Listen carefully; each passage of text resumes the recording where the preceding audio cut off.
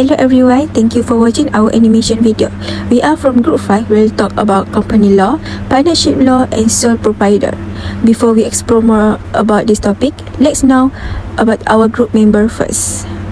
This is our group members. The first one is Shuhandita, Syahmi, Nurafidah, Kiasatina, Turga Devi, Hafizuddin, Amirul Ashraf, Hazrina and Aina Atirah. Let's start with company. Company is a business entity owned by individuals who contribute capital and agree to share profits and losses. Hey Vida, I wanted to ask you something.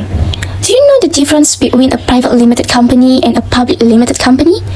I always get confused. Oh, it's really simple. Think of a private limited company as a smaller company, usually owned by family members or close friends. But a public limited company sells its shares to the public.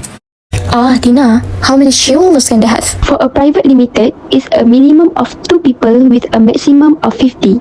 But a public limited has no maximum limit as long as there are at least 2 shareholders. Got it. What about financial reports? Do they have to be shown to the public?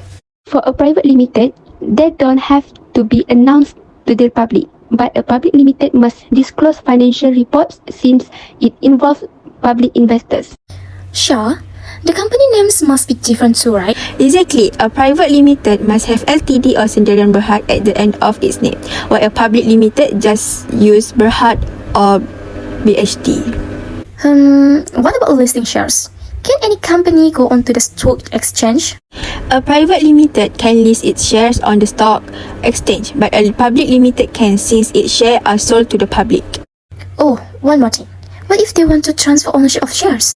For a private limited, you need the consent of other shareholder first. But in a public limited, shares can be freely sold to anyone. Who manage the business? The shareholders? Yes, for a private limited, it's usually the shareholders, especially the majority shareholders. But a public limited might have external management, often professionals.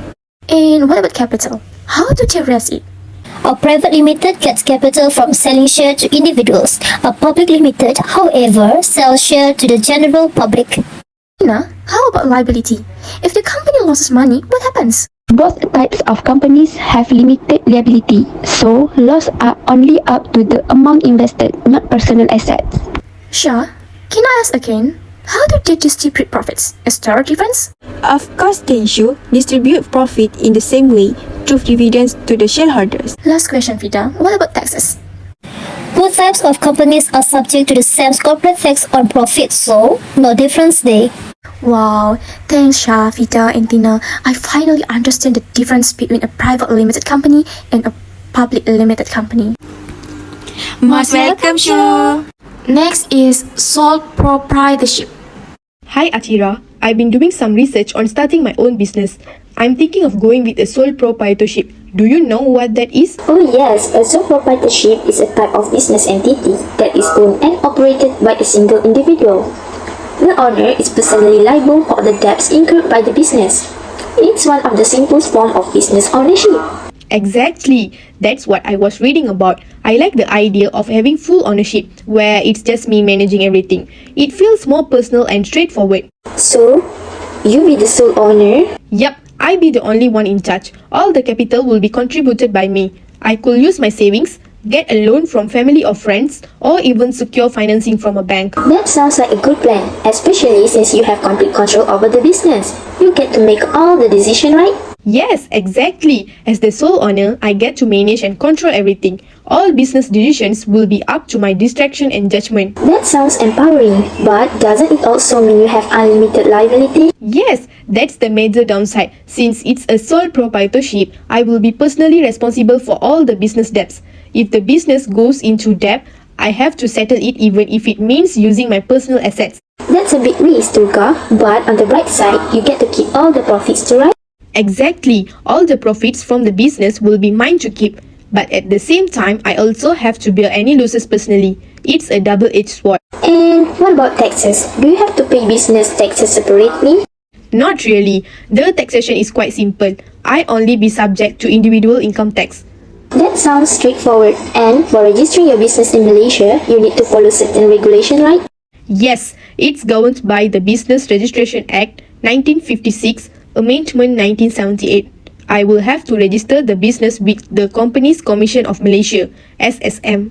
That seems manageable. Are you planning to use this model for Tulka Dessert Corner? I think so. It seems like the best way to start small and grow gradually. Plus, it gives me the flexibility to manage everything myself. That's great, Tulka. I think it's a good choice for a startup, especially since you are just starting out. I'm sure Tulka Dessert Corner will be a success. Thanks, Atira. I'm excited to get started. Here's to the future of my dessert business. Cheers to Tulka Dessert Corner and your journey as a business owner. The last one is partnership. On that peaceful evening, as Ina and Dean strolled through the park, they spotted Ashraf enjoying a moment of relaxation. Curious, they decided to approach him to discuss the partnership. Hi Ashraf. Oh, hi Dean. Hi Ina. What's up? How can I help you two today? Well, we have been talking about starting a business, and I don't quite understand how partnership works. Can you explain it to us?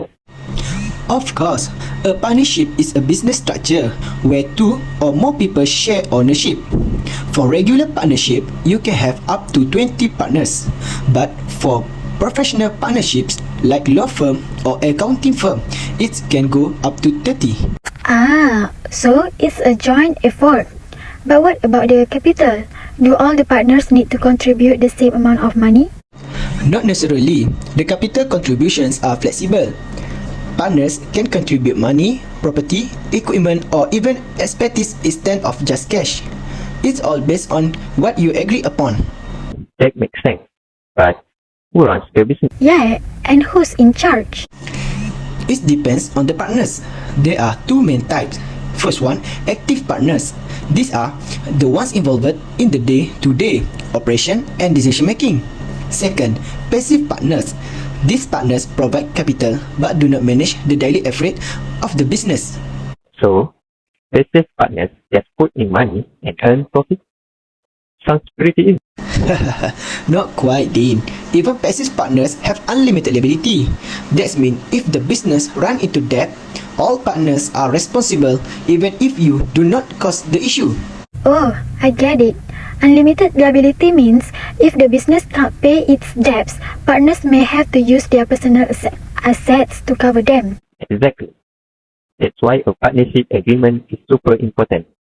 It helps to clearly outline each partner's contribution, responsibilities, and how profits and losses are shared. Is a partnership agreement required by law? Technically, no, but I highly recommend having one. Without it, your partnership will fall under the Partnership Act 1961, which may not be ideal for your specific needs. Ah, that's good. But how are profits and losses usually divided in a partnership? If you have an agreement, it's divided based on what you agreed upon. For example, if one partner contributes more capital, they might get a larger share of the profits. If there's no agreement, then profits and losses are divided equally. That's right, Ina. The agreement helps ensure everything is clear and fair, and it avoids dispute down the road. So, the key to success in partnership is choosing the right partners. Absolutely. In a partnership, all partners are jointly responsible for the business. If one partner make a mistake, it affects everyone. What kind of mistakes are we talking about? For example, if one partner take out a loan under the company's name and does not repay it, the bank can come after all the partners, even if you did not know about the loan. That sounds risky. So, what's the first step to starting a partnership? First, find trustworthy partners who share your vision for the business. Next, discuss the role, contribution, and responsibilities each partner. Then, create a detailed partnership agreement, preferably with legal advice. And finally, register your business with the Companies Commission of Malaysia, SSM. Now I understand a lot more about business partnerships. But what exactly is a partnerships business? I'm still a little confused. No worries, Ina. It's actually pretty simple. In partnership, the business itself doesn't pay tax. Instead, each partner is taxed individually on their share of the profit. So, if you are making money, it's your responsibility to settle your own tax. Great explanation, Dean. But what happens if the partnership ends? Thanks for the help, Dean. So, a partnership can end in a few ways. Everyone can agree to dissolve it, or the partnership might end after a set period, like a 5-year term. It could also end if the business purpose is achieved, like completing a project. But sometimes it's more serious, like if a partner passes away, becomes mentally unfit, goes bankrupt, or if there's a legal issue. Got it. Thanks, Ashraf. You are welcome. I'm always happy to help.